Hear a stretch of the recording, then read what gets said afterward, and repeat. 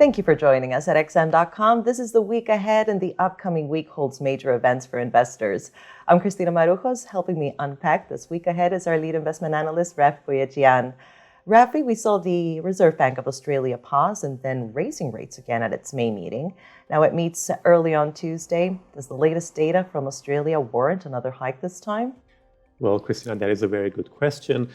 We've had quite a bit of indecisiveness coming from the Reserve Bank of Australia in recent months. But to be fair, they have been responding to the data. We did see, of course, inflation surging towards the end of last year. So that kind of put a rate pause on hold. Then we had the inflation coming down substantially. So they were able to pause for 1 month. But then we saw somewhat stronger data. Things now are kind of headed in the other direction. The very most recent data has been a little bit softer, including the jobs data. However, we did see a bit of a pickup in headline inflation last month. Now, although the RBA does put a little bit more weight on the quarterly CPI numbers rather than the monthly CPI figures, nevertheless, I think the RBA will probably have to raise the rates again, maybe 1 or 2 times more. But is that going to be in June? Probably not. They will probably decide to stay on pause this month and then see later what is going to happen to the data, because it's not just what's happening domestically.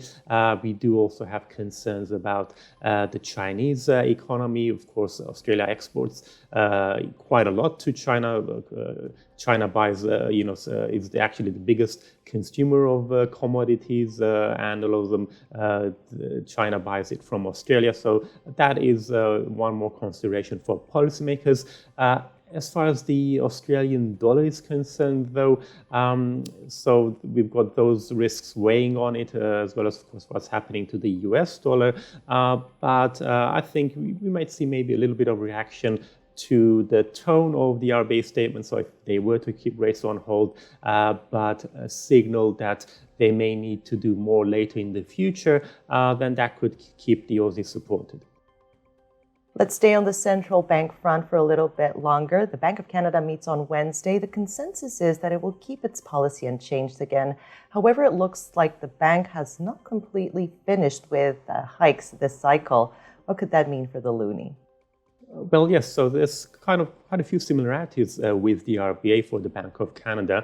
I mean, one of the reasons why they paused at the beginning of this year was we did see quite a sharp slowdown in the Canadian economy at the end of 2022. Now, though, not only did the economy rebound in the first quarter, it rebounded quite strongly, and also the labor market appears to be heating up again.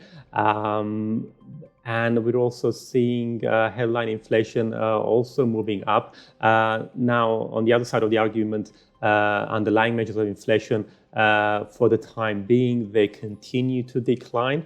So this may give policymakers maybe a case to remain on pause, maybe wait a bit longer to see whether or not the data is going to continue to get stronger before deciding to resume rate increases. Now markets are expecting that we could see another rate hike maybe September, but for now the BoC will probably remain on hold.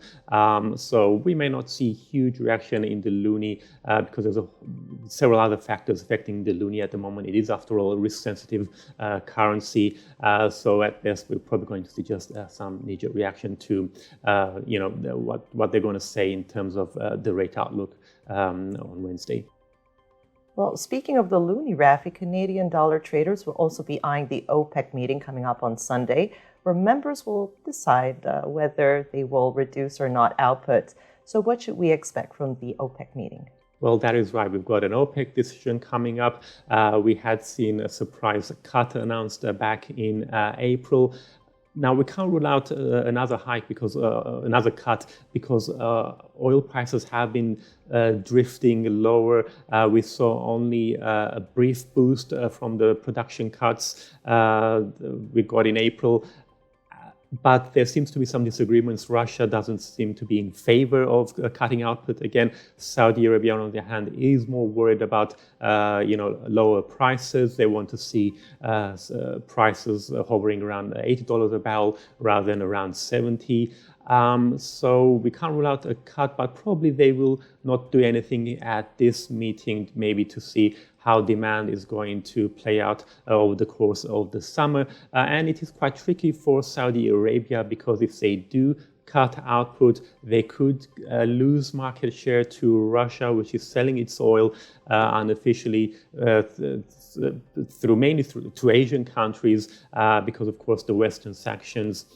So they're selling oil on the cheap. On the other hand, we also have concerns that if OPEC gives the signal that they're cutting out, if they cut upward, they're going to give the signal that they are worried about the demand outlook, and that could work against them. We could see oil prices plummeting even further unless OPEC was to take more drastic action and cut production